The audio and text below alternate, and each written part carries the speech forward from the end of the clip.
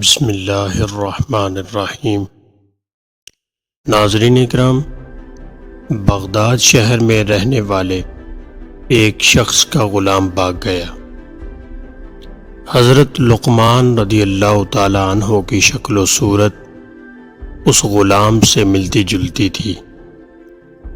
اس بغدادی نے مغالطے میں حضرت لقمان کو پکڑ کر مٹی دھونے پر لگا دیا۔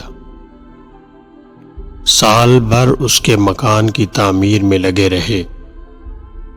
کسی کو پتہ نہ چلا کہ یہ غلام نہیں بلکہ صاحب حکمت لقمان ہے۔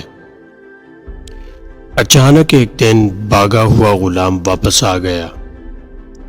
اس بغدادی کو خطرہ ہوا کہ کہیں حضرت لقمان اس پر دعویٰ دائر نہ کر دیں کہ اس نے مجھے حب سے بے جا میں رکھا اور مجھ سے مشقت لی، یا پھر یہ خوف ہوا کہ یہ شریف آدمی ہے، اس سے مشقت لینے پر اللہ ناراض ہوگا۔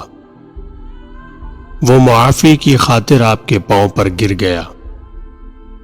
حضرت لقمان رضی اللہ تعالی عنہ نے ہنس کر فرمایا، معافی مانگ لینے سے میری سال بھر کی مشقت کی تلافی نہیں ہو سکتی۔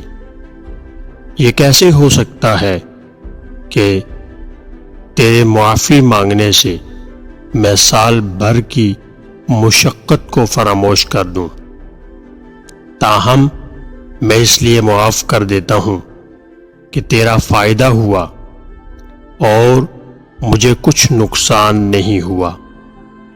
تیرا گھر تعمیر ہو گیا اور میری حکمت و معرفت زیادہ ہو گئی۔